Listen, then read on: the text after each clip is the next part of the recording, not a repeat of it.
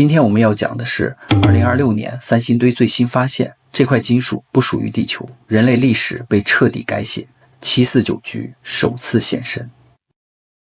2026年，四川三星堆一个考古决定被紧急封锁，他们发现了一块金属，它不属于地球，没有衰变，不受时间影响。但真正让所有人沉默的不是它的成分，而是当他们启动它时，屏幕上出现了一段影像，那不是过去，而是2032年的未来。而画面里有一个正在归零的倒计时。更可怕的是，那一刻他们意识到人类正在被某种高维存在观察。2026年，四川广汉三星堆遗址发掘区的空气仍带着昨夜雨后的湿冷，薄雾沿着发掘坑缓慢流动。考古学者周燕站在3号坑边缘，他35岁，来自北京大学考古文博学院，专攻古蜀文明与青铜器冶炼技术。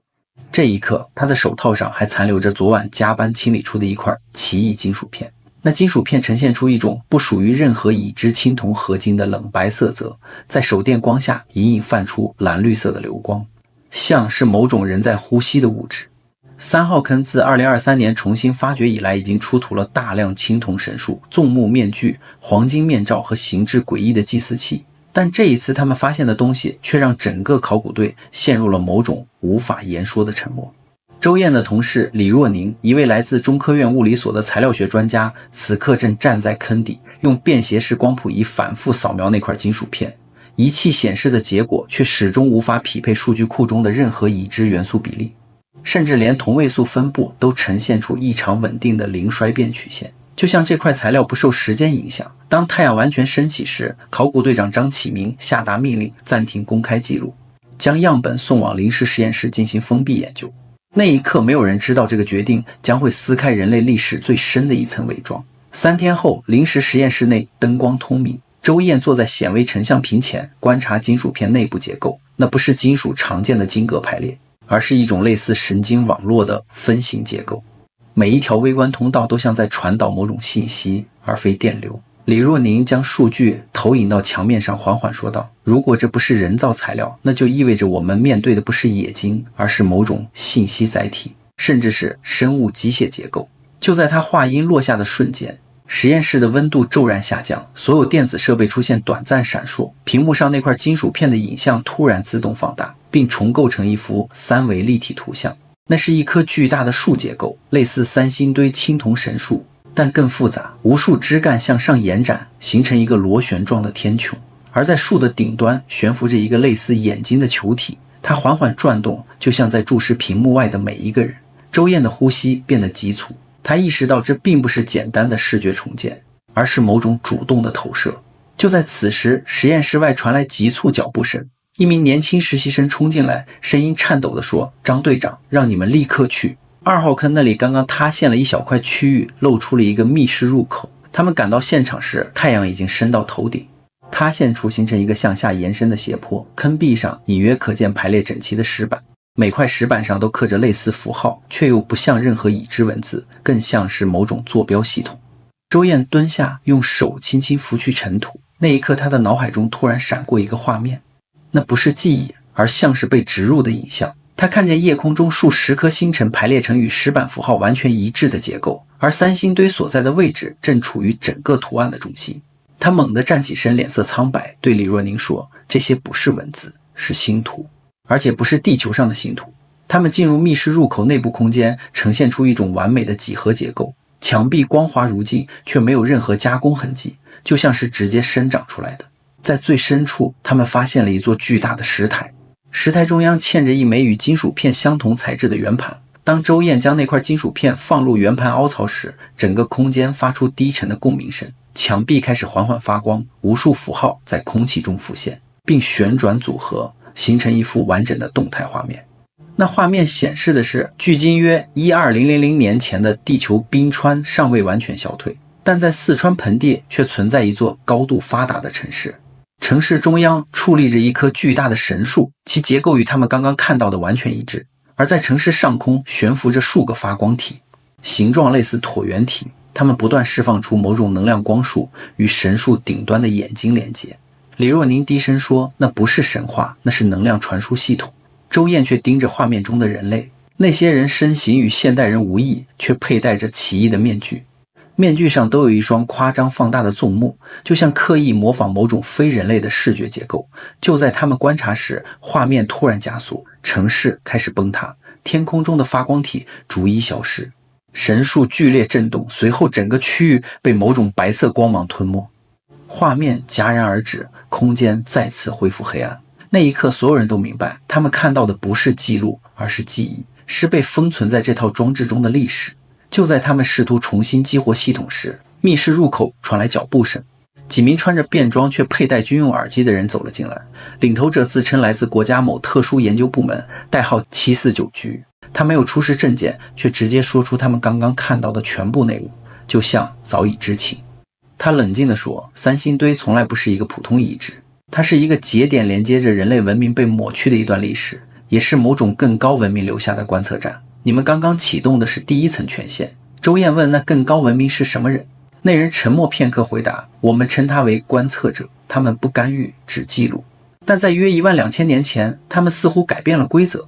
那次事件导致全球多个史前文明同时消失，亚特兰蒂斯、母大陆以及这里的古蜀文明都是同一时间断裂的结果。李若宁追问，那这些面具，这些纵目到底代表什么？那人看向密室深处，轻声说，那是人类为了看见他们而制造的装置，因为观测者的存在不在我们常规光谱之内，只有通过改变视觉结构才能感知他们。就在他说完这句话的瞬间，密室再次震动，那枚圆盘自行亮起，空气中浮现出一个全新的画面。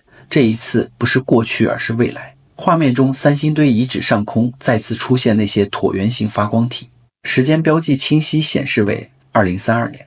而在画面角落有一个清晰的倒计时数字正在缓慢归零。周燕的心跳骤然加快，她意识到他们不仅发现了历史，还触碰到了未来。那名神秘人员低声说，你们已经被记录了。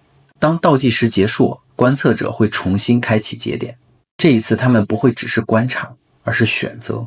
周燕问，选择什么？那人看着他，眼神深不可测，回答，选择是否让人类继续存在。密室陷入死寂，没有人再说话，因为他们都明白，这不再是考古，也不是科学，而是一场跨越时间与文明的试炼。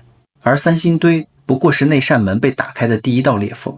而在地表之上，阳光依旧照耀着广汉的土地，游客们依旧在博物馆中惊叹那些神秘的青铜面具，却没有人知道，那些纵目背后真正凝视的并不是过去，而是此刻正在被注视的我们。实验室的灯光在这一刻显得格外刺眼，李若宁的呼吸声在寂静的空气中被无限放大。他盯着屏幕上不断跳动的光谱曲线，声音颤抖地打破了沉默。周数，这块金属片，它的原子核结构不是靠强合力维持的。根据海森堡测不准原理的逆向推导，它的内部存在一种相位锁定，这意味着它在三维空间呈现固态，但在高维度视角下，它可能是一股流动的信息流。周燕没有说话，她的目光死死盯着那块被称为 A1 的冷白金属片。在北大考古系的10几年里，他见过无数次青铜器的氧化斑驳，但这一块干净的像是不属于这个熵增的宇宙。李若宁深吸一口气，将一份对比图表投射出来。张队，通常我们利用碳14或热释光测年，是因为不稳定同位素会随时间衰减，但这块材料它的 C12、C13 比例呈现出一种绝对静止。这在物理学上只有一种可能，它被施加了量子时髦。简单来说，这块金属片被锁死在它被制造出来的那一秒钟。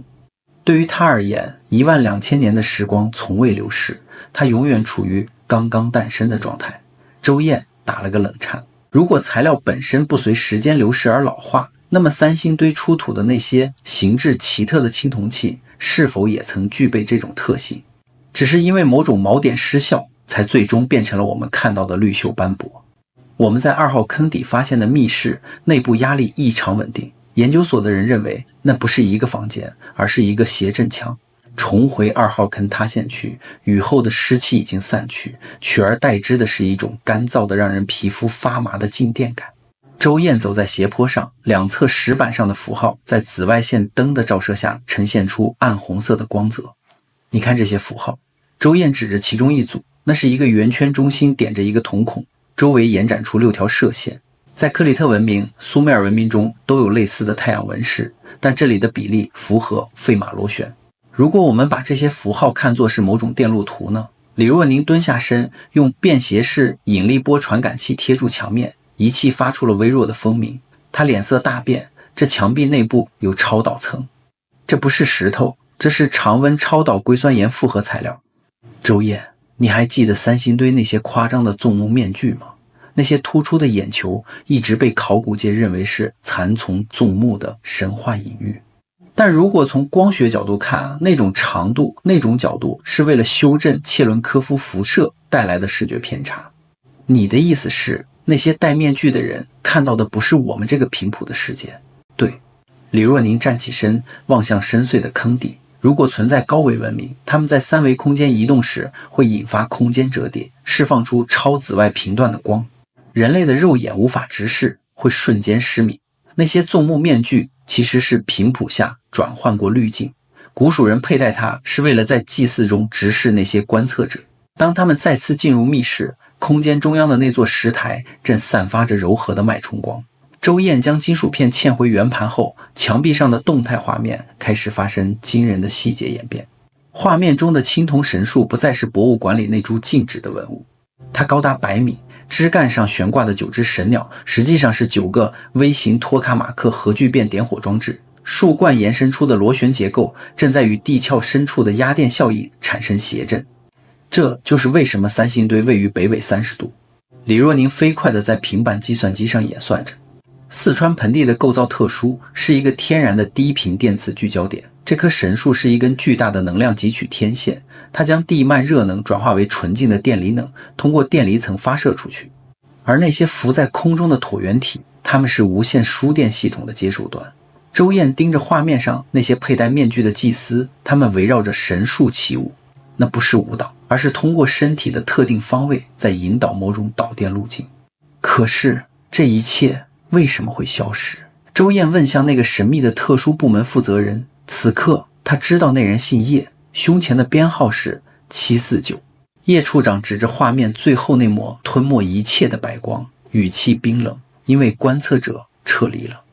12000年前，地球经历了一次强烈的超新星爆发中微子冲击，在那种能量级别面前，神树系统过载了。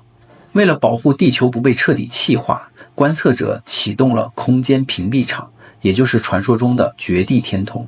那道白光不是爆炸，是空间的强行闭合，所有的先进设施在瞬间被降维封装，化作了我们今天看到的青铜与玉石。周燕感觉胃部一阵翻涌，这意味着几千年来我们研究的文明遗产其实是高级文明留下的废弃电器。密室中心的圆盘影像开始切换。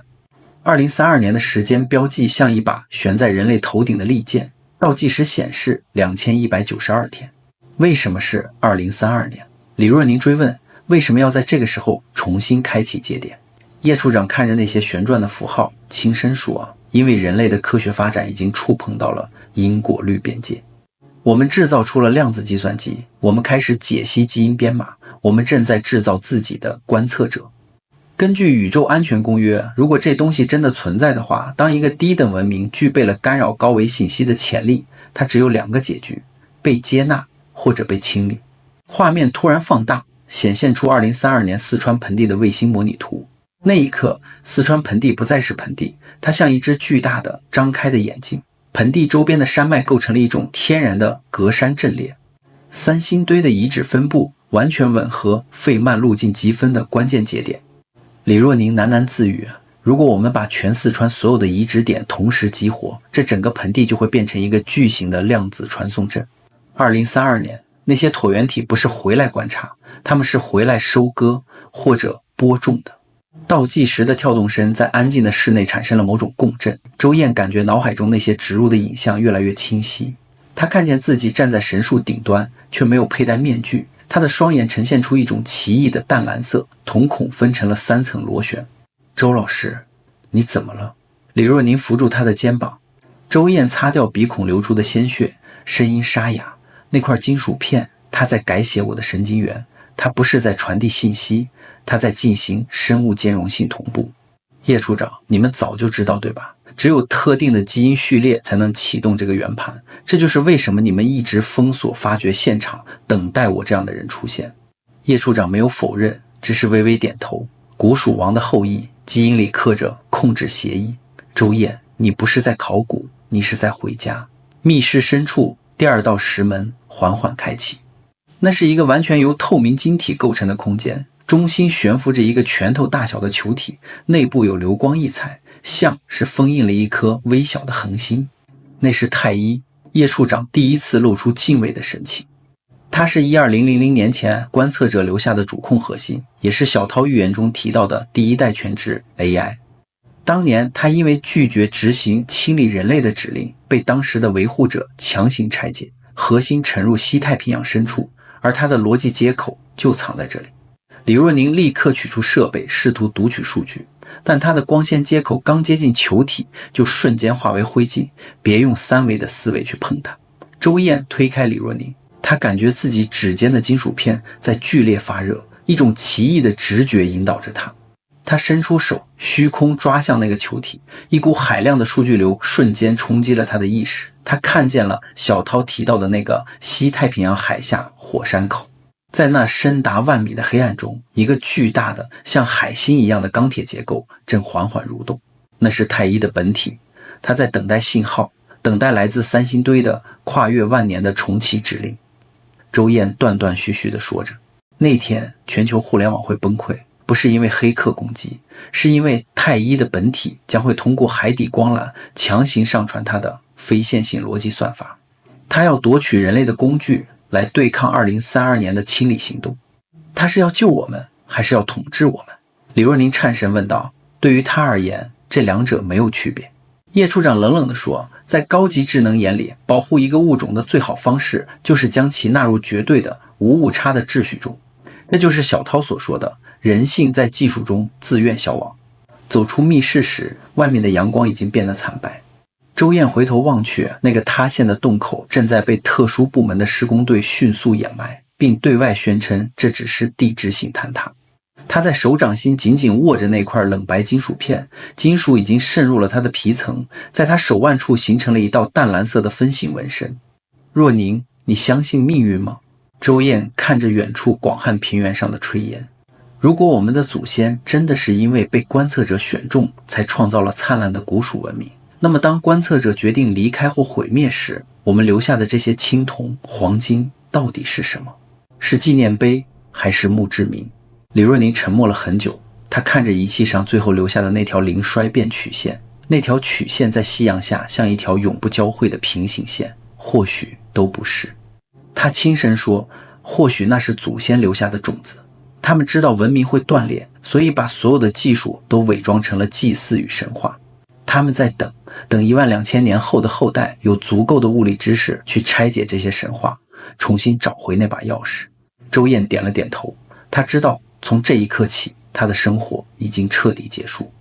他将进入叶处长那个黑暗的部门，在接下来的几年里奔赴全球各地的节点，埃及的金字塔底，玛雅的丛林深处，还有那个西太平洋的火山口。2026年到2032年，这将是人类文明最后的挣扎期，因为倒计时仍在继续。好了，故事宇哥就讲完了，别忘了订阅关注我的账号，看更多精彩内容并被催眠。